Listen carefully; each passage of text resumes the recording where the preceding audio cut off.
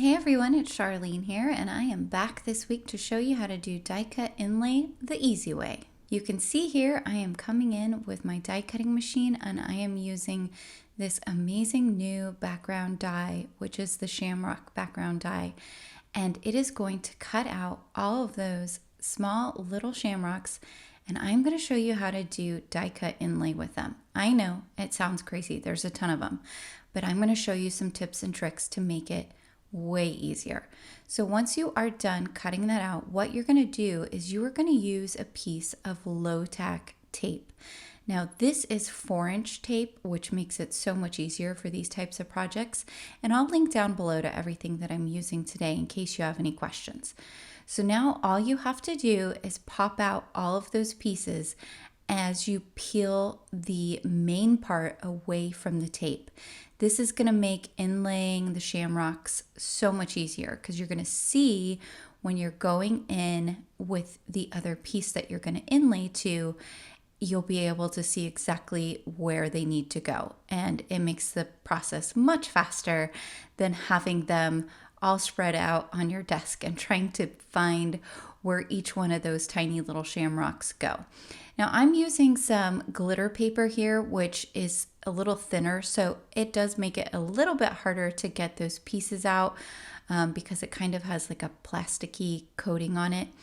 But if you are using cardstock to do this type of inlay technique, and you'll see later I do another card with this, it is much easier to pop out all of those tiny little pieces. So once you get them all out, don't worry if you have any that, run away or don't quite make it onto the paper. Just set those ones aside, and then you can put those ones in later. You're going to want to cut out a second piece from whatever you're wanting to inlay those shamrocks into. I just used white cardstock, and then I also cut a piece of white cardstock to 3.5 by 8.5, and I'm using a sheet of double-sided adhesive. I put one side down, and then I'm going to remove the release tape here. I do want to hang on to that because I'm going to use that in just a moment. And then I put the other piece that has the die cuts already removed in white on top of that double-sided adhesive. So now I don't have to mess with any glue or anything like that. And then I just put the adhesive sheet over the top, flipped it over, and I'm using my bone folder to make sure that it is nice and adhered. So now I have taken the piece of low-tack tape that has all my shamrocks, and I'm just going along and peeling it back slowly so that I can make sure to piece all of those shamrocks into the little spots where they belong. Once you get started, it's actually pretty quick and easy. It doesn't take that long at all. At first, it's a little tricky getting a hang of looking at things from backwards kind of, or upside down. But once you get that down, it's much easier. And then you just have your reverse tweezers, which make the process a lot faster because you can peel off those pieces from your low tack tape. So you can see I've got those couple of little pieces on the side there that had come off the tape as I was going along. Again, no big deal, because when you're done, then you'll only have a couple of pieces that you're trying to figure out where they should go, instead of trying to put in 50 tiny little pieces into your die cut background. Now, obviously you don't have to do die cut inlay. It's just a fun thing to do. It gives a very different look. And when people get a card like this, they go, how did they do that? Like, how did they get all those tiny little pieces in there? It just adds a little bit of a wow factor. But certainly you could use a piece of glitter paper or a different colored cardstock, whatever you have, and then just put the background die that has all the shamrocks removed and put that over the top and adhere it. And you're going to get a very beautiful look as well. So now we have just about all of those little glitter shamrocks put into their little homes. And once that's done, you just flip over your piece and again, go in with your bone folder and run it back and forth all over just to make sure all of those little pieces are really well adhered to the double-sided adhesive sheet.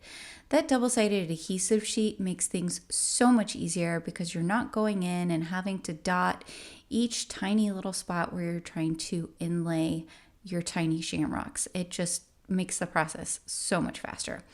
All right, so there is that. And now I'm going to add on some die cuts from the Malarkey set, which was also recently released. And this is so cute.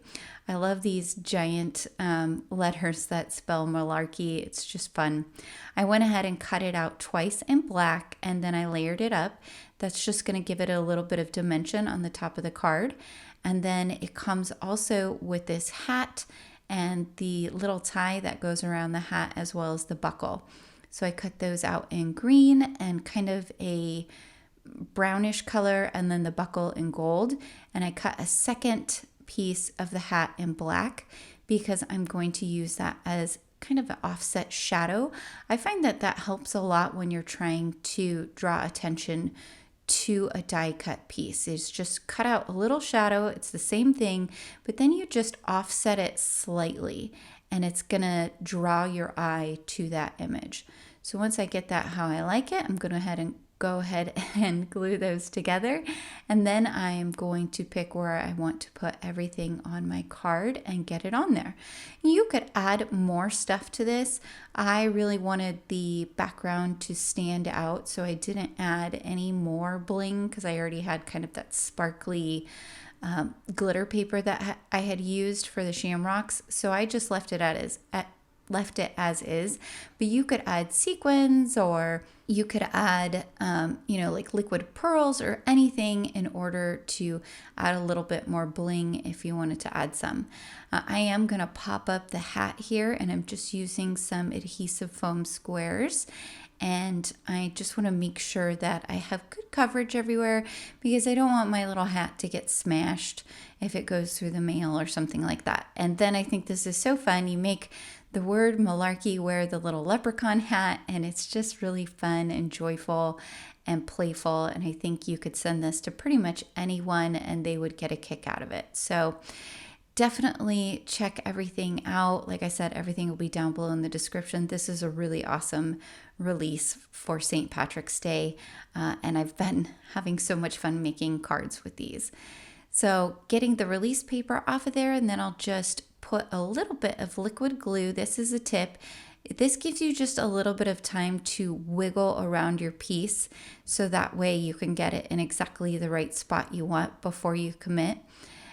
If you're really good at placing things, you don't have to worry about that. Sometimes I skip it, but if I'm not quite sure I'm going to get it aligned exactly where I want it, I do add that little bit of liquid adhesive.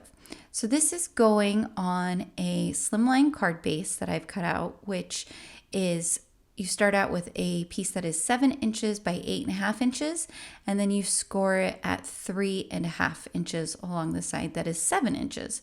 And then you just fold it over, make sure you get a nice crease by going in there with your bone folder.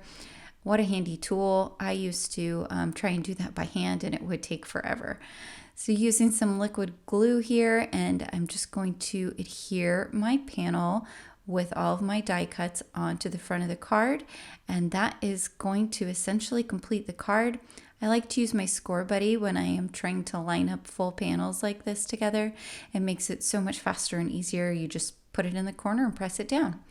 I do have another card for you guys. I'm not going to go through the whole process, but I did another card and I used some of the new rainbow Slimline paper to do the background on this one, which is really fun because then you get this rainbow effect from the Shamrocks, and there's all kinds of different fun rainbow patterns in this pack. It's a really nice paper pack.